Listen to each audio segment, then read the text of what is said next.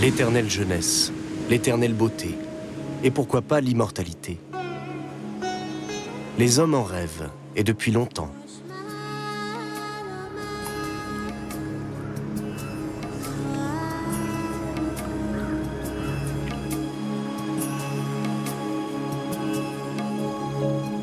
Pourquoi les forces vitales déclinent-elles? Il y a plusieurs milliers d'années, les guérisseurs et les philosophes se penchaient déjà sur la question.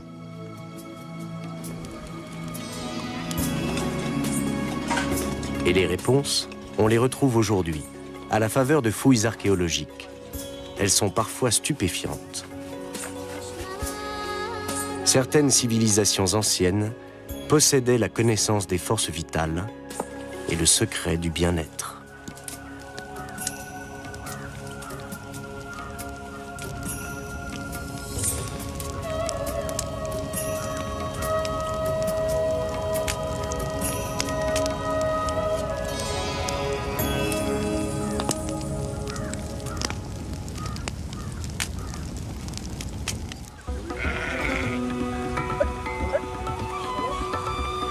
Remontons le temps, 2000 ans avant notre ère. Le guérisseur Kuldep vit sur les bords de l'Indus. Son nom signifie « lumière de la communauté ». Atreya est son disciple.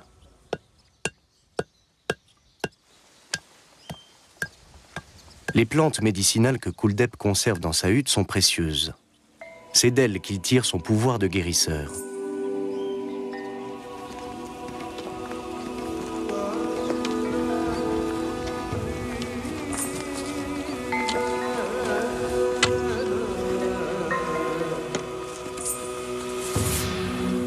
Devant la hutte, une femme est étendue à l'ombre. Elle a eu un malaise.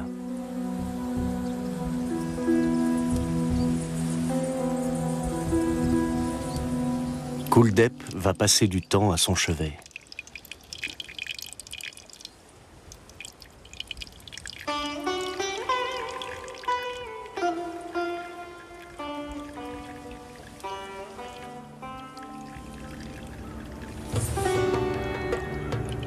Il pratique le Shirodhara, c'est-à-dire le versement continu d'un liquide sur le front. Ici, le liquide est une huile de sa fabrication. Le Shirodhara se pratique encore aujourd'hui. Le docteur Mehra est Védia, c'est-à-dire médecin ayurvédique. Comment vous sentez-vous, Nadine? Bien. Nadine vient de Francfort. Elle est consultante en management. Elle souffre de problèmes d'audition dus au surmenage. N'ayant pas trouvé de remède efficace en Allemagne, elle est venue consulter une Védia en Inde.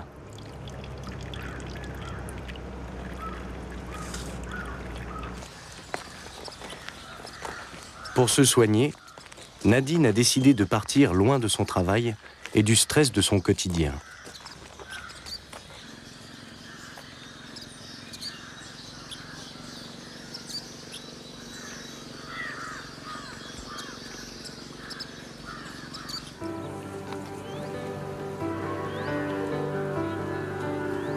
Selon la doctrine ayurvédique, chaque être humain est un cosmos en miniature, constitué des éléments de la nature. Le vent et l'air déterminent la nature d'un être et sa prédisposition à telle ou telle maladie. Le feu.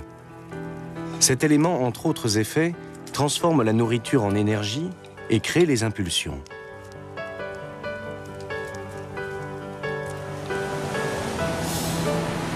L'eau également est un élément vital et caractérise le changement. Avant d'établir un diagnostic, le Védia détermine la nature profonde de son patient selon l'équilibre de ses doshas, autrement dit, de ses humeurs biologiques, au nombre de 3. Est-ce que cette pâte que préparent les femmes sera étalée sur mon corps? Directement sur ma peau, ce sera bénéfique. Oui, ce sera bénéfique.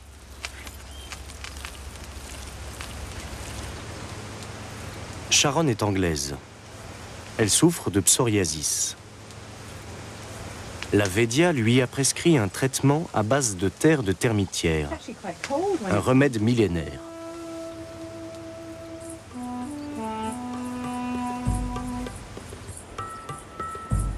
L'argile va sécher des heures durant, sous un soleil ardent. Autrefois, on observait les changements de couleur de l'argile pour déceler l'emplacement de fractures et de blessures internes.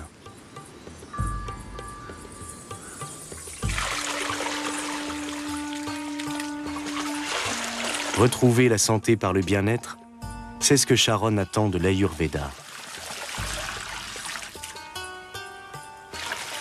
Un bain de lait aux plantes médicinales semble parfaitement indiqué.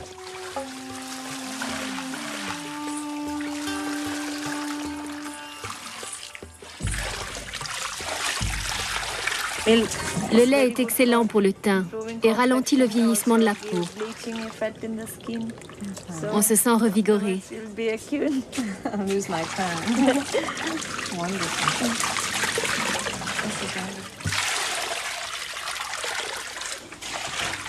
Celui qui prend soin de son corps vit plus longtemps. De ce principe est né l'Ayurveda, il y a près de 4000 ans.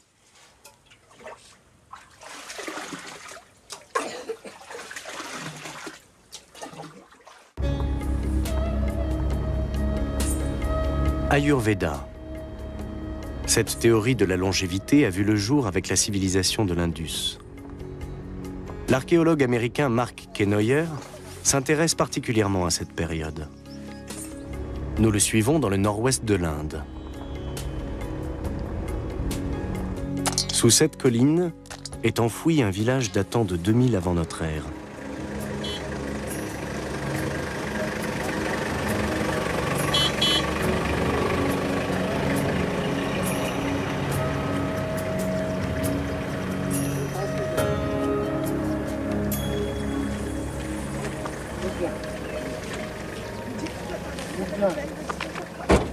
Hello. Hello.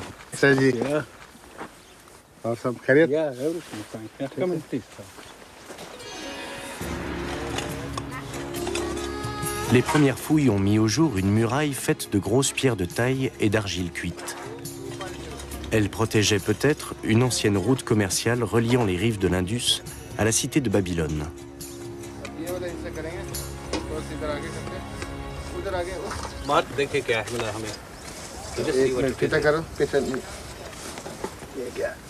L'archéologue indien Ban voudrait savoir comment ces peuples commerçaient à l'époque.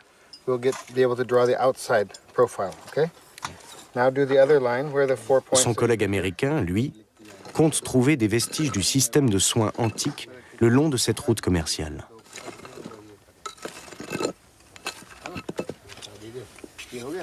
Parmi les découvertes, ce four, dans lequel on faisait fondre du cuivre. Servait-il à faire des armes, des bijoux ou bien des remèdes? La communauté qui vivait là était en très bonne santé. Les gens atteignaient un âge respectable. Les femmes aussi bien que les hommes.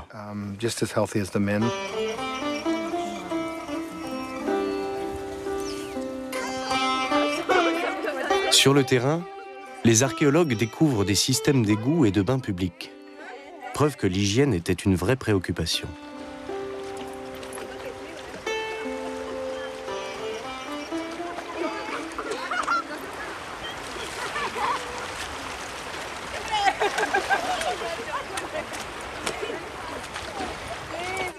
Wow. Puis ils font une autre découverte. This is fantastic. Yeah, maybe sand molded copper.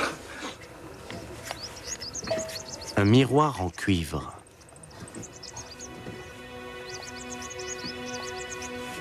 Les miroirs en cuivre sont généralement équipés d'un manche. Voyez cette partie arrondie. Le manche est sans doute caché par le sable. Okay.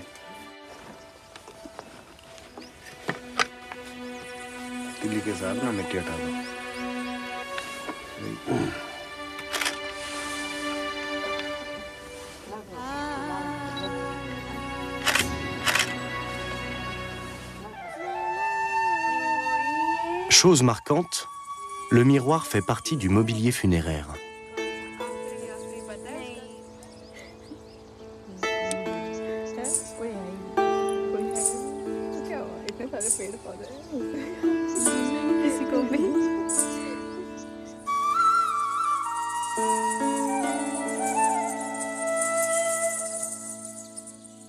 On trouve un miroir dans la plupart des tombes de femmes de la civilisation de l'Indus. Elles étaient persuadées qu'en se regardant dans le miroir, elles voyaient le reflet de leur âme. Elles ne le transmettaient pas à leur fille, mais l'emportaient avec elles dans l'au-delà. Nous retrouvons Nadine.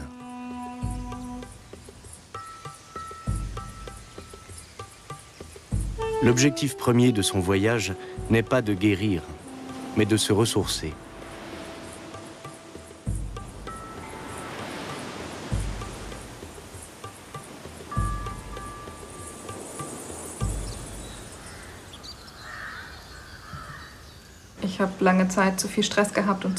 J'ai trop longtemps enduré le stress, j'ai trop travaillé et j'ai commencé à avoir des troubles de l'audition. En Allemagne, on m'a soigné à coups de perfusion et de cortisone, jusqu'à ce que je tombe gravement malade.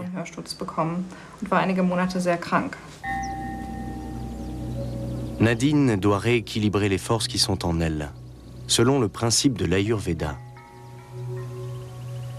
En Occident, les vertus curatives des remèdes ayurvédiques sont méconnues. Mais depuis quelque temps, elles font l'objet d'études. Notamment ici, à la clinique Essen-Mitte. Ces fluides corporels congelés proviennent de sujets préalablement soumis au stress. Ils serviront à une analyse comparative des taux d'hormones, notamment du cortisol.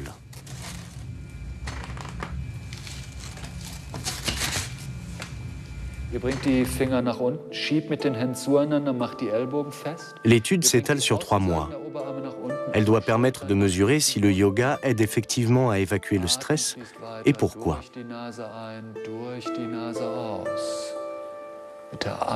En inspirant, vous vous étirez sur l'avant du tronc. En expirant, vous revenez légèrement en avant. Comment le stress se manifeste-t-il dans le corps? Comment s'élimine-t-il? Michela Vardar effectue une étude comparative. Elle porte sur des personnes qui pratiquent régulièrement le yoga et d'autres qui n'en font jamais. Vous allez plonger la main dans cette eau glacée en étirant les doigts. Dites-moi stop dès que vous ne pourrez plus. Au début, ça va, ce n'est pas trop froid. Oh là, ça devient très froid. L'accélération du pouls est particulièrement sensible. Le corps subit un choc. Je m'en rends compte quand je respire. Ça commence à faire mal. C'est difficile de mesurer le stress. Nous recourons à des techniques utilisées dans le monde entier. Nous voulons établir une base de comparaison entre les effets d'un médicament, du sport, du yoga. Les performances cardiaques sont analysées par ultrasons. La manchette est gonflée jusqu'à bloquer complètement le passage du sang. On mesure ensuite la réaction du système circulatoire et la vitesse à laquelle l'artère reprend sa fonction normale. Les premiers tests montrent que ceux qui font du yoga obtiennent de meilleurs résultats.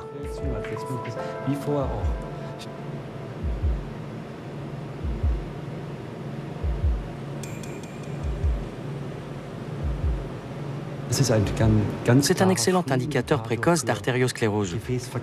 Plus les artères se détendent vite après un tel stress, moins vous risquez de subir un infarctus du myocarde plus tard.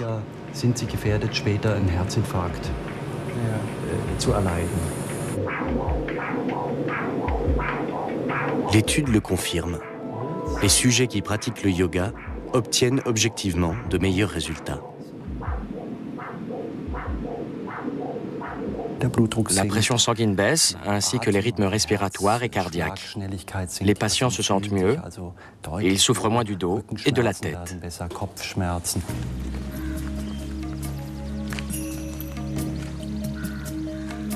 Retour en Inde, auprès de Nadine.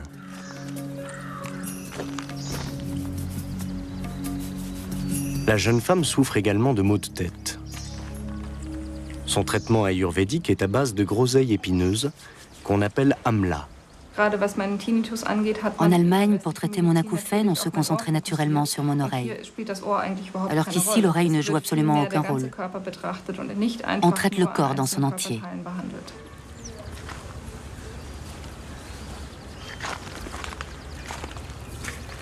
Nous couvrons votre tête d'une pâte faite de pulpe d'amla et de beurre clarifié. C'est excellent contre les migraines. Et vous dormirez mieux et vous serez plus détendu. Vous sentez la fraîcheur de l'amla? Oui.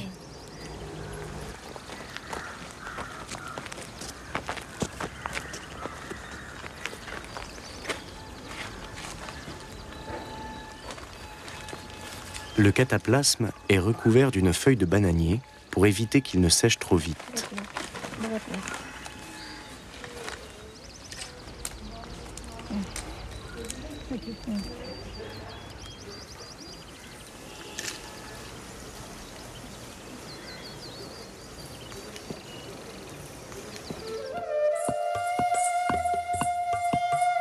La vallée de l'Indus, il y a 4000 ans. Kuldep le guérisseur est âgé désormais.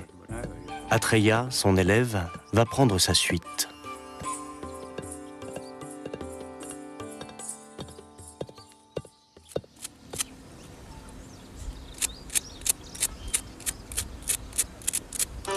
Tout le savoir acquis au fil des années, Atreya doit le connaître par cœur.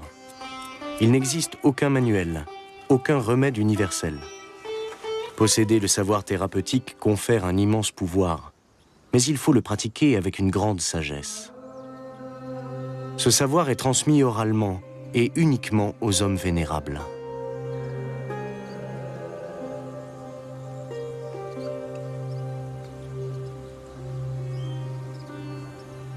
Voici venue l'heure de la passation. Kuldep se retire pour se consacrer à une vie d'ascèse. Dans de nombreuses années, Atreya devra à son tour transmettre son savoir à un jeune disciple. Ce sont des Védias comme Kuldep et Atreya qui ont établi les fondements de l'Ayurveda, la science de la longévité. Ils les ont appris en s'observant eux-mêmes, en étant attentifs aux modifications de leur propre corps.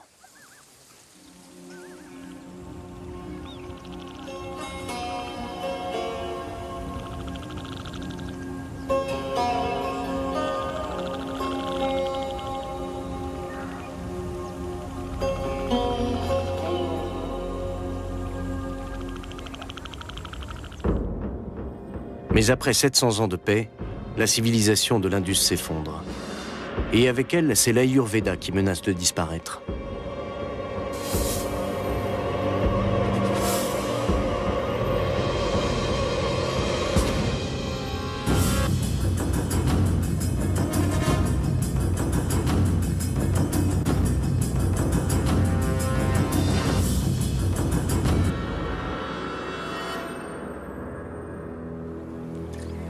Il en serait sans doute ainsi sans l'intervention en l'an 300 avant notre ère d'un médecin militaire, également élève d'un grand guérisseur.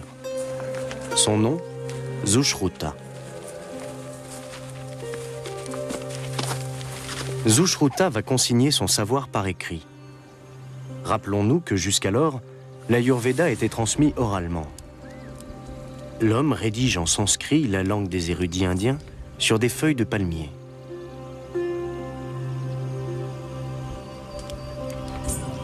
Hradaya, Chetanastana, Uktam Sushruta, Dehinam, Tamobi Bhute, Tasmistu Nidra Vishati Dehinam.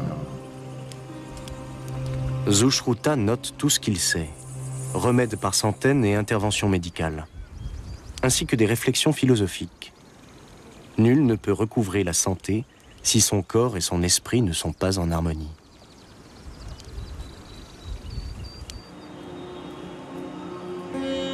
Les feuilles de palmier gravées par Sushruta ont depuis longtemps disparu. Mais ces notes ont été régulièrement recopiées. Ici, des copies manuscrites au collège Ayurveda de Trivandrum. Les écrits de Sushruta sont encore enseignés de nos jours et ces traitements appliqués par les médecins ayurvédiques. Enduites régulièrement d'huile de citronnelle, les feuilles de palmier se conservent pendant 2 siècles.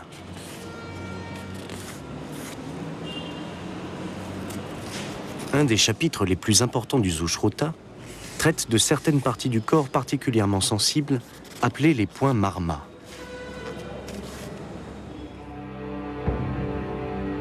Sushruta les a identifiés au cours de son activité de médecin militaire. Les blessés étaient nombreux sur les champs de bataille, et ils étaient pour lui autant de sujets d'étude.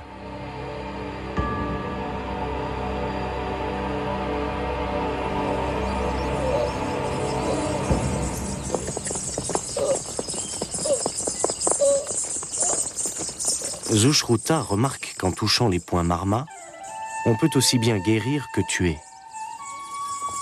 Ces points sont des centres vitaux et énergétiques, des points de jonction et de croisement de vaisseaux sanguins, de nerfs, d'organes. Sushruta décrit ainsi 107 points marma.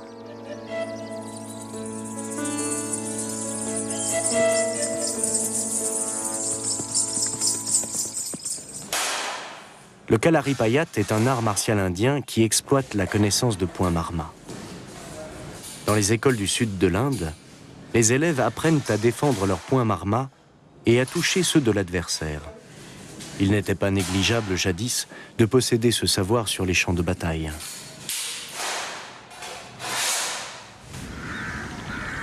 Dans les régions marécageuses du sud de l'Inde est enseignée une forme particulière de l'Ayurveda, la marma-thérapie. Nous y rencontrons le Vaidya Gamalian.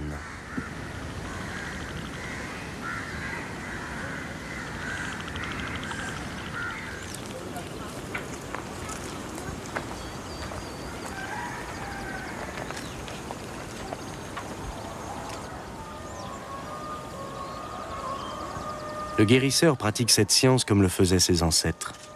Seule différence, il possède un support écrit. La mission essentielle d'un Védia reste la formation d'un élève. Celui de Gamalian s'appelle Shine. C'est son petit-fils, âgé de 28 ans.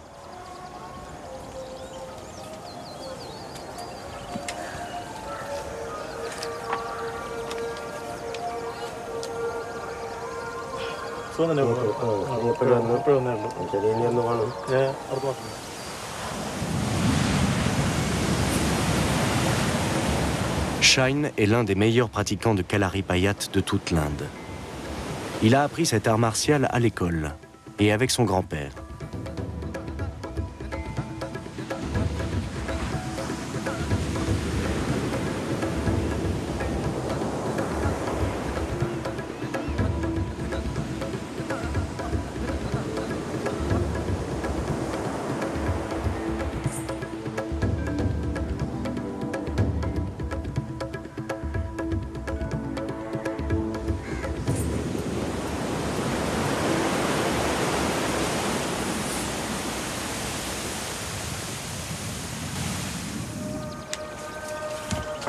Aujourd'hui, séance de déchiffrage.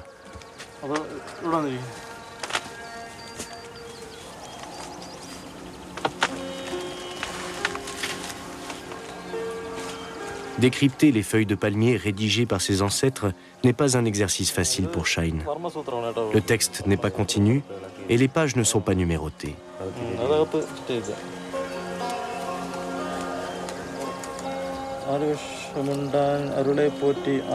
Les dieux soient bénis.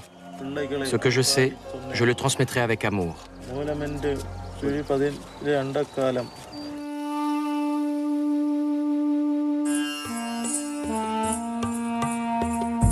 Les théories indiennes sont en vogue dans le monde entier.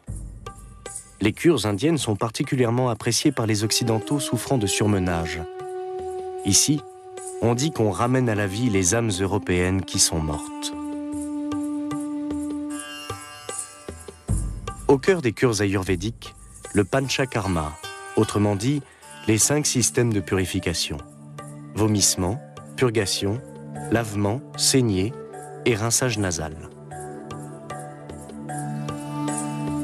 Lors du soin royal, qui consiste en un très long massage, on utilise 3 à 5 litres d'huile de plante. L'huile qui s'écoule est réchauffée, puis réutilisée pour le massage.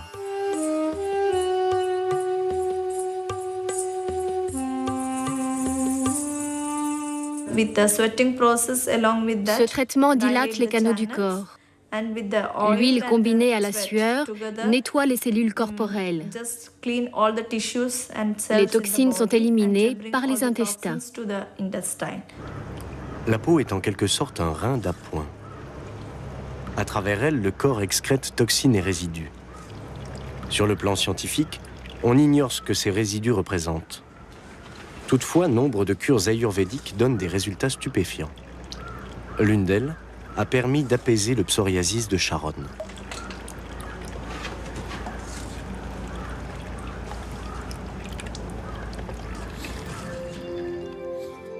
Les massages à l'huile chaude dilatent les pores de la peau. Les substances actives des huiles pénètrent au plus profond du derme et se lient aux toxines. Selon les thérapeutes indiens, ces toxines sont ensuite évacuées avec l'huile. Une partie est acheminée par le sang dans le système digestif, une autre remonte les 7 couches du derme et est évacuée par la sueur.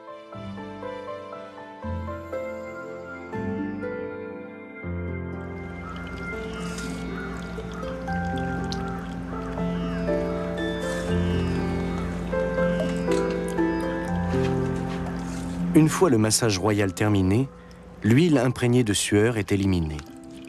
Elle n'est plus jaune, mais noire.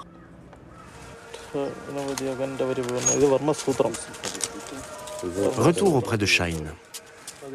Aujourd'hui, l'enseignement porte sur les points marma, leur emplacement sur le corps humain et la façon dont on peut les activer. Alavadi, c'est le point entre les deux mâchoires.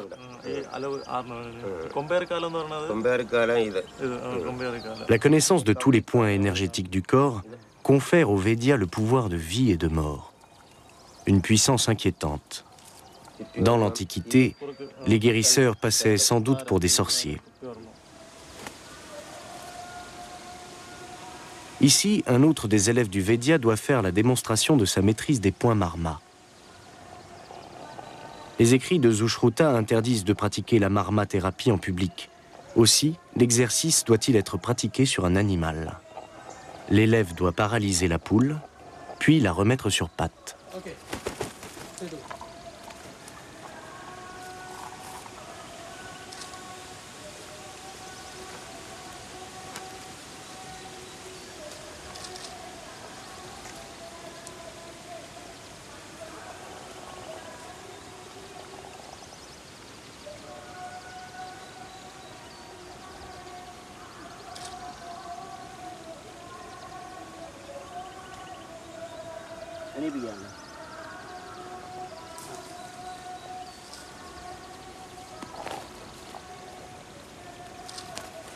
L'élève a réussi. Pour intervenir sur les points marma, les Védias utilisent surtout leurs mains.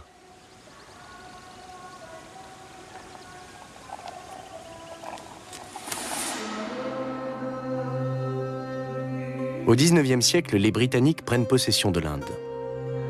Ils font emprisonner un grand nombre de Védias et font fermer les écoles d'Ayurveda pour tenter d'imposer la médecine occidentale dans le pays.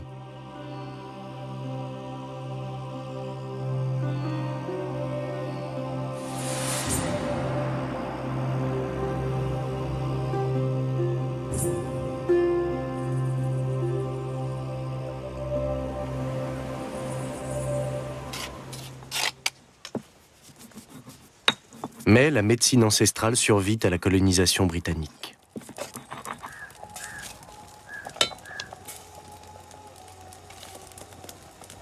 Comme le veut la tradition, le Védia prépare lui-même ses remèdes. La plupart des ingrédients proviennent de la forêt qui s'étend là, juste devant la hutte. Ce sont les mêmes remèdes que le docteur Mehra prépare pour son hôpital ayurvédique de Raja, quoiqu'en plus grande quantité.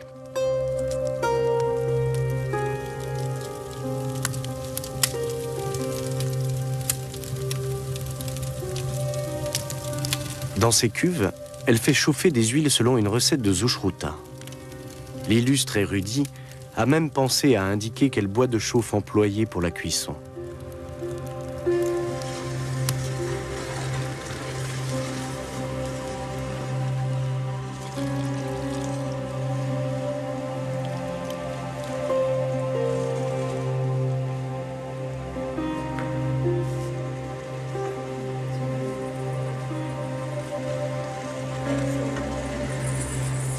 La plupart des remèdes sont tirés des écrits anciens, mais nous fabriquons aussi une vingtaine de remèdes de notre invention et nous obtenons d'excellents résultats avec ces remèdes.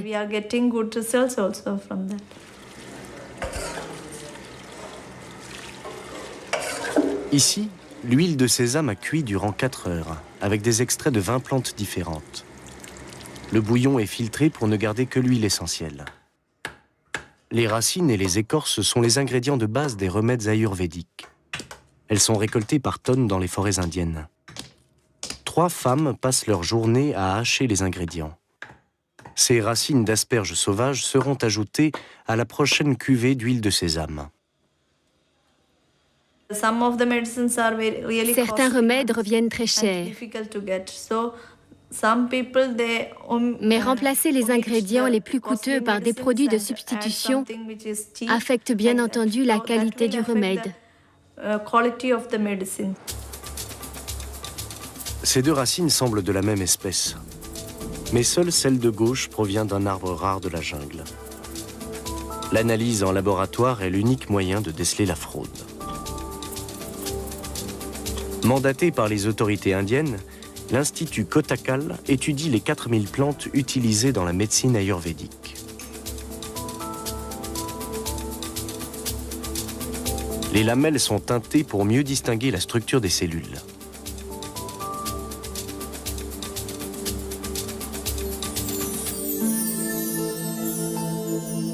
À gauche, l'ingrédient original. À droite, le faux, dont l'utilisation peut se révéler nocive pour le patient.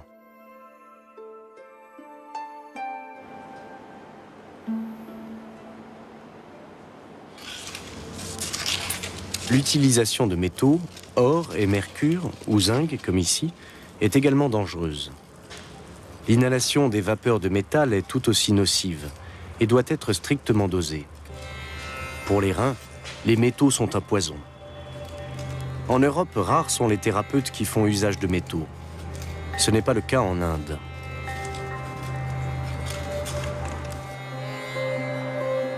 L'oxyde de zinc est mélangé à des herbes et du jus de citron avant d'être cuit sous forme de boulettes aplaties dans des pots d'argile. La purification des métaux dangereux est expliquée dans les écrits anciens. Le procédé a peu évolué depuis l'Antiquité. Des bousses de vache séchées servent de combustible. Les boulettes d'oxyde sont recuites et mélangées une quinzaine de fois avant d'être réduites en une poudre appelée basma. Cette poudre donne d'excellents résultats dans le traitement des maladies de la vessie et du diabète.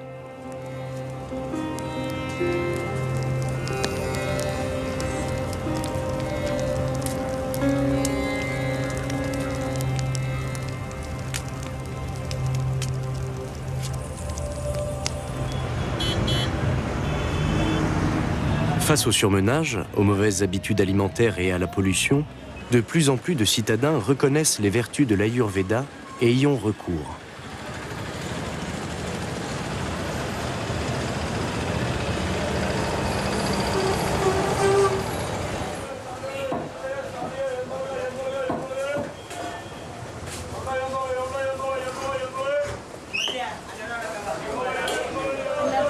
Dans ce plateau, 1 kilo de résine d'encens, un produit utilisé depuis des millénaires en Inde.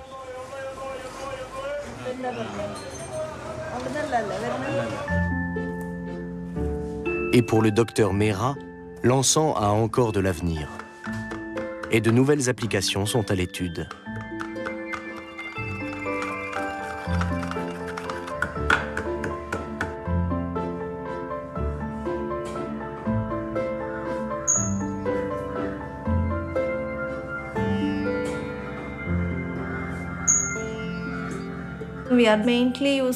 Nous l'utilisons surtout comme analgésique et comme anti-inflammatoire.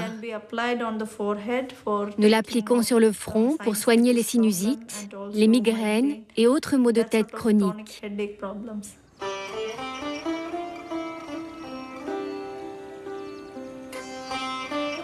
Cette résine se récolte depuis l'Antiquité, dans des bois comme celui-ci.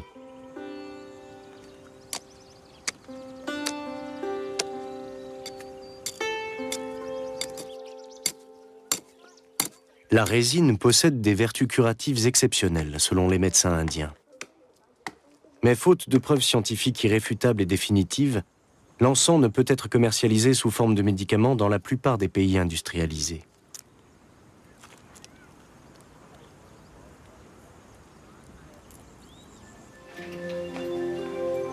Ces preuves scientifiques, certains les recherchent à 6500 km de là, dans un laboratoire sécurisé de l'université de Tübingen, en Allemagne. Rares sont les pharmacologues à s'intéresser à l'Ayurveda. Le doctorant Ulf Simoneit, lui, a une motivation personnelle. Cet ancien décathlonien de haut niveau s'est abîmé un genou. Il compte sur l'encens pour soigner son arthrite.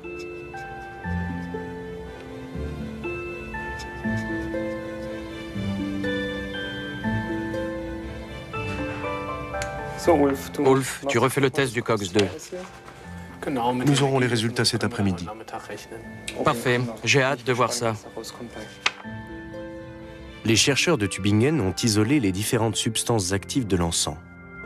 Le professeur Weerts, directeur de thèse d'Ulf Simoneit, est très impressionné par les acides dits boswelliques.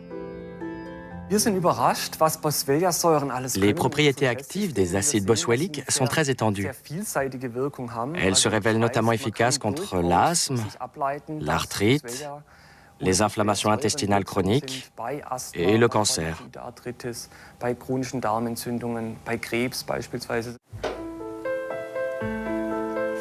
L'encens présente de multiples vertus. Les spécialistes de Tübingen aimeraient pousser leurs études, mais les groupes pharmaceutiques rechignent à les suivre. Les chercheurs ont pourtant réuni quantité de preuves. Ils savent par exemple que pour les traitements de longue durée, l'encens est moins nocif que la cortisone.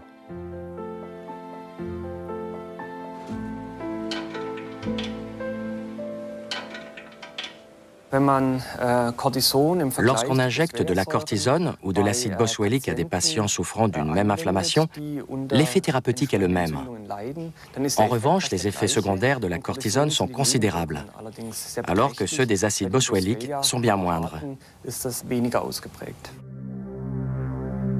L'encens soignera-t-il l'arthrite du doctorant Ulf? Oui, via le système circulatoire. Les substances actives gagnent les cellules malades et neutralisent l'inflammation.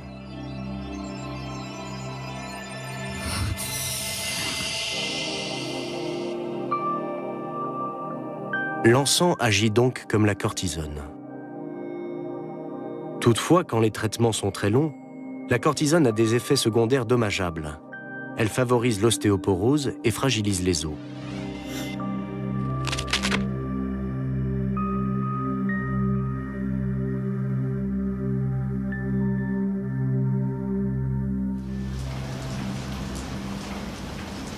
En dépit de l'efficacité de l'encens, les groupes pharmaceutiques préfèrent vendre des remèdes à base de cortisone qu'ils ont développés eux-mêmes et dont les brevets leur rapportent des fortunes.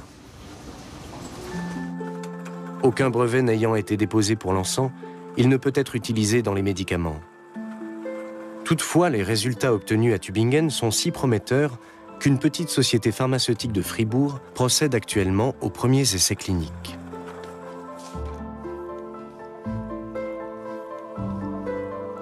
Si les résultats se révèlent positifs, l'encens sera le premier remède ayurvédique avalisé par les autorités médicales allemandes.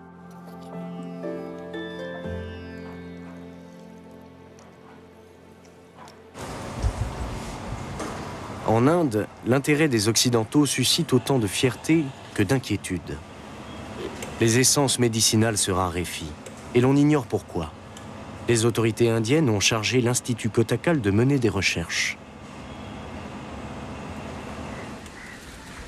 Certes, les plantes médicinales se font rares, car elles sont très recherchées. Le prix des plantes naturelles ne cesse de grimper. Bien des forêts sont pillées et certaines espèces menacent même de disparaître.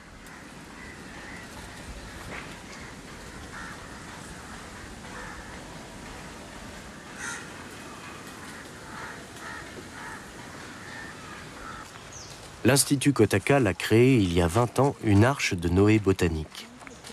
Le jardin compte 1200 espèces qui, dans la nature, ont disparu. Leur patrimoine génétique est conservé ici.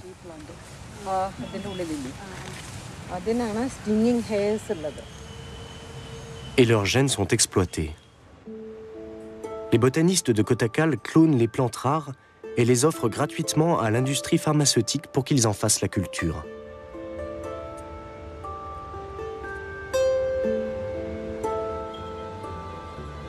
« 35 espèces sont stockées dans ces salles de culture. La température ambiante est constante, 23 degrés Celsius.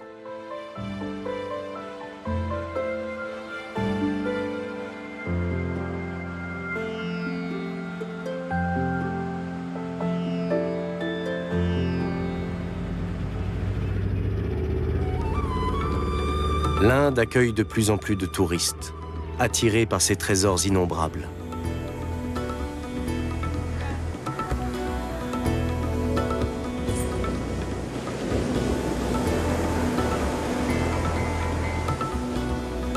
Mais son plus grand trésor, n'est-il pas sa science thérapeutique, laquelle s'exporte d'ailleurs très bien? La science de la longévité a conquis l'Occident. Pas seulement dans les centres de bien-être, on l'enseigne aussi dans les écoles de médecine.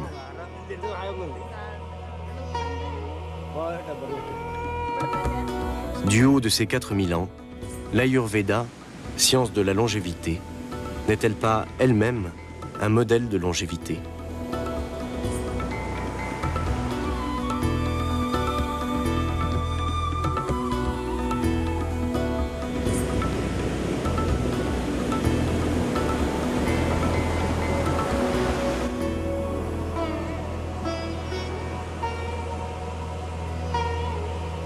Hawaï est devenu un véritable laboratoire des tests américains sur les OGM. Mais nous constaterons demain que la résistance s'organise.